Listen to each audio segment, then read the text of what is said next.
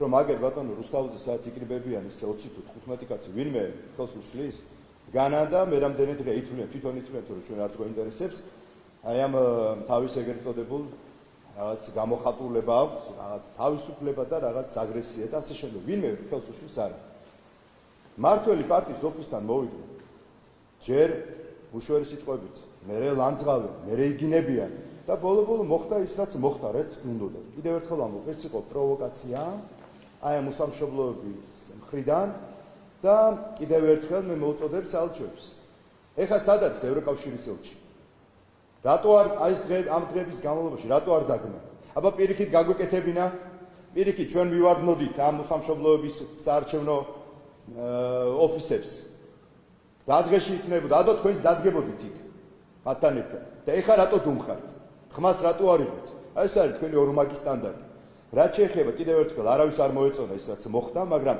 ფაქტია პროვოკაციაზე პასუხი იყო ის რაც ვიხილეთ კარგია არ არის ეს კარგი და ლამაზი მაგრამ შესაბამისი მე რამდენიც მაქვს ინფორმაცია შესაბამისი უწყება უკვე ჩართული ამ თემაში საქმის შესწავლა მიმდინარეობს და თქვენ მართალი გაირკვევა კიდევ ერთხელ ვამბობ ყველას მოუწოდებ იმ ახალგაზრდებს ვინც დაიქირავეს აი ამ უსამშობლოებმა და ვინც აფინანსებენ აი ამ უმსგავსობებს აივიდეთ ეს ყველაფერი ნუ გამოაყენებინებთ თავს კიდევ ერთხელ გეუბნებით მათი ამოცანა სულ სხვა არის რომ დაძაბონ წინასაარჩევნო კიდევ უფრო მეტად თავისი შემოიტანონ დედაქალაქში და მთელს ქვეყანაში და კიდევ უფრო მეტი რადიკალიზაცია და ნუ გამოაყენებინებთ თავს კანონიც და შესაბამისი პასუხიც არ დააყოვნებს და იქნება ასე ეს ამოწეროთ მაშინ და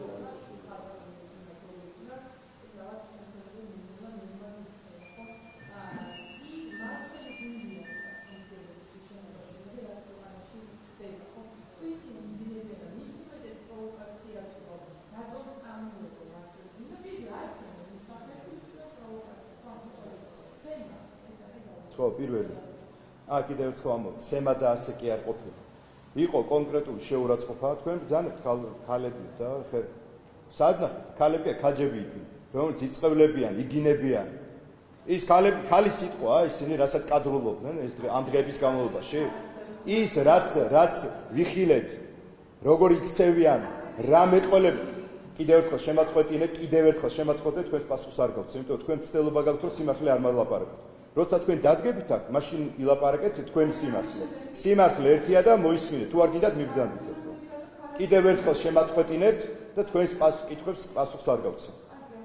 მორჩა და გაითვალისწინეთ შემდეგში რა ნომაწყვეტინებთ. კიდევ ერთხელ ვაზუსტებ. იქ ქალები არ იდგნენ. ის იქნებ პროვოკატორი ქაჯები, რომლებიც იწევლებიან, ლანძღავენ, უშვერი სიტყვებით იგინებიან და ამაზე შემდეგ არის პასუხი. ბუნებრივია, მეორე მხარესაც არიან ახალგაზრდები, ემოციურები არიან და ბუნებრივია, ამის გამო ფუჭდება სიტუაცია, ირევა და შემდეგ პოლიციას უწევს რომ ამაში ჩაერიოს. პროვოკაცია იყო ამ რადიკალების მხრიდან ორგანიზებული და ამ პროვოკაციაზე იყო პასუხი. ამიტომ კიდევ ერთხელ ყველას მოუწოდებ. თავის შეიკავეთ.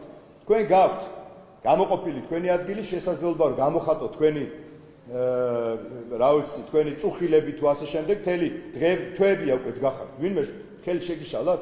უკვე იმდენად გათავხედით, რომ მართველი პარტიის ოფისთან მოდიხარ, მე რამდენი დღეა, ერთხელ ორჯერ გაგაფრთხილეს, რომ ნუ აკეთებთ ამას. არ შეიძლება ასე მოქცევა. საელჩოები დუმან. ისევ როგორც გერმანიის ელჩი, ისევ როგორც ევროკავშირის ელჩი. სადახართ, რატო იმალებით? ამაზე ხმას რატო არ იღებთ? ელოდებით აი ამ სცენარს, ელოდებით რომ დაიძაბოს ქართულმა ქართულს ურტყას და მე თქვენ გამოხვიდეთ და თქვა რომ აქ დიქტატურაა? ვერ ეგრისებით, დიქტატურა ჩვენ ვნახეთ. როგორ ხდება? 16 კაცია გარდაცვლილი წინასაარჩევნოდ გერმანიაში. ის რაც ხდება საფრანგეთში, მეოთხე ჩამოიშალა. ჩამოგენგრა თქვენი არასწორი პოლიტიკის გამო ევროკავშირი. აი თქვენი უნიათო პოლიტიკის გამო. და რუსეთი კიდე ძლევამოსილი გახდა კიდევ უფრო მეტად, რომელიც უკვე ტერიტორიებს თხოვს და იქით კარნახობს. იმიტომ რომ თქვენ ხართ უნამუსოები, არაკომპეტენტურები, ლაჩრები ხართ. და ამის გამო შემდეგ სამართლიანი და ობიექტური საზოგადოება იჩაგრება მთელ სოფლიოში. აი ეს არის თქვენი ხელწერა, არ გაგიტარებთ, არც ამ ქვეყანას არ გარევინებთ და და არც მოგცემთ საშუალებას, რომ თქვენ რაღაც პოპულისტური განცხადება გააკეთეთ. გამოვა რომელიმე ელჩი და რამე სიტყვის ჩვენი პარტიის მისამართი და 10 მაქვს ვეთქვით მათი უნამოსობის შესახებ. ეს არის რეალობა. ზანეთ.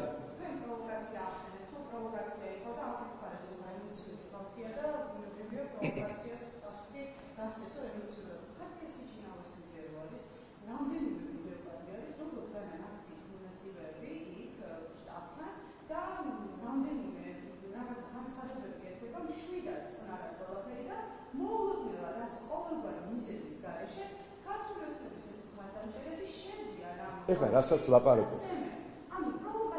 ხო.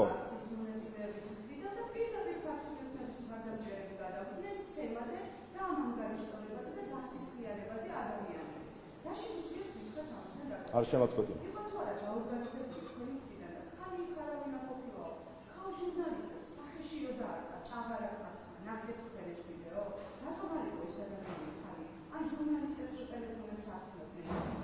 ამოწურეთ? არ შემოწყვეტინო. პირველი. მე შაბესლება მრჩება, რომ თქვენ დღეს გაგეღვიძათ და შემდეგ რაღაც მონაკვეთი იხილეთ და ეხა ამას მიყვებით აქ რაღაც სიგიჟის. პირველი. პარტიასთან, მართლ პარტიასთან მივიდა თუ არა რადიკალების გუნდი? კითხვა მაქვს, კი თუ არა? მივიდნენ, ეს ერთი. მეორე, თქვენ იქ ვერ ნახეთ, რომ მივიდნენ იქიდან დაწყებული ქალი, კაცი როგორ აგინებს, როგორ უწმაწური სიტყვებით, ამის ამართითაც ეს ვერ ნახეთ? ეხა მე რა გელაპარაკოთ? ეხა რო გითხრათ ამ სიმართლეთი არით მეთქი, არ გეტყვით, იმიტომ რომ ახალგაზრდა გოგო ხარ და წინ გაქვთ ყველაფერი და TV პირველისთან თავს დაიხსნი და მე იქნები რა ობიექტურ საქმიანობაში და გადაერთვები. ამიტომ არ გეტყვი ამას. კიდევ ერთხელ აგიხსნი, თუ დღეს გაგეღვიძა შენ. მართლ პარტიასთან და მის ოფისთან მივიდნენ რადიკალები, მესამე დღეა იქ დგანან, სადაც მიდიან და აგინებენ უწმაწურს ქალი, კაცი, ქაჯები ერთი სიტყვით და ამაზე იყო რეაგირება, იქაც ახალგაზრდები არიან და ბუნებრივი ემოციურები არიან. და ამის გამო შემდეგ მოხდა ეს სურათი, სადაც ქართველს უთხოვს. ეს მიუღებელია, სუდია, დასაგმობია, მაგრამ პროვოკატორს თავისი სახელი უნდა დავარქვათ. ამიტომ კიდევ ერთხელ გეუბნებით. პროვოკაციებს არ გაუტარებს არც მართველი პარტია არავის და არც შესაბამისი სტრუქტურები, იმიტომ რომ პროვოკატორი უნდა დაისაჯოს. ეს არის და ეს. სხვა კითხვები რა.